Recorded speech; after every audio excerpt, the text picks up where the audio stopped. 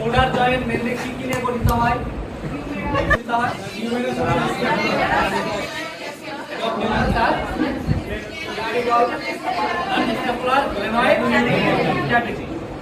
এটাকে কি জয়েন্ট বলে?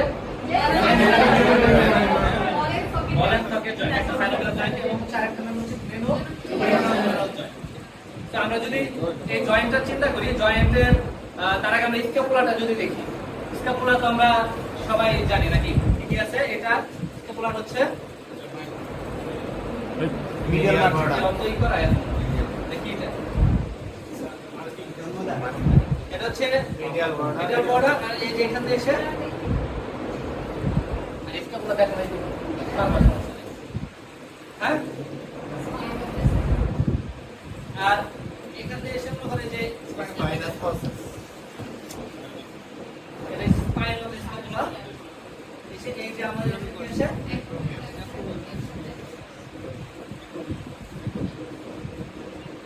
এই পর্যন্ত হচ্ছে মনে করা অ্যাক্টোমিয়াল। হ্যাঁ,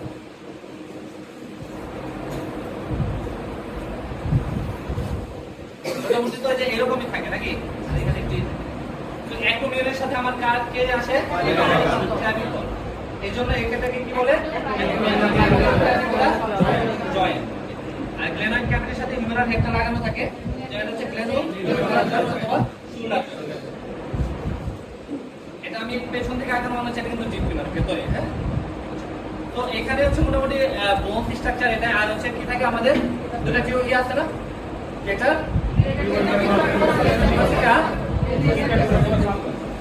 কেটারটা কোন পাশে থাকে? মিডিয়াল পাশে।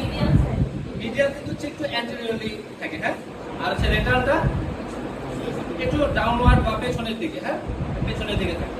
তো এইখানে আমাদের গ্রেটার টিউবারকল না, টিউবারকল না টিউবারকল? হ্যাঁ,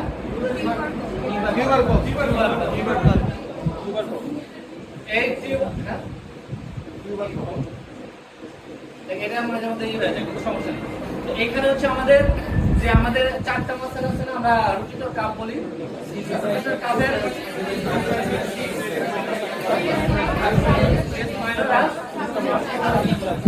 কোথায় লাগে?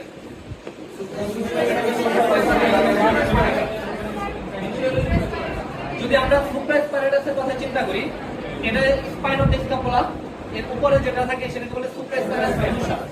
সুপ্রাস্পাইরাস ফুসা থেকে মাসেলটা আমাদের অ্যাক্টোমিয়ালের নিচে এসে কোথায় লাগে? Greater tubercle. এইজন্য আমরা যখন এটাকে রিলিজ করি, হাতটাকে সামনে নিলে কিন্তু এই মাসেল এটার সামনে চলে আসে। হ্যাঁ, এই যে সুপ্রাস্পাইরাস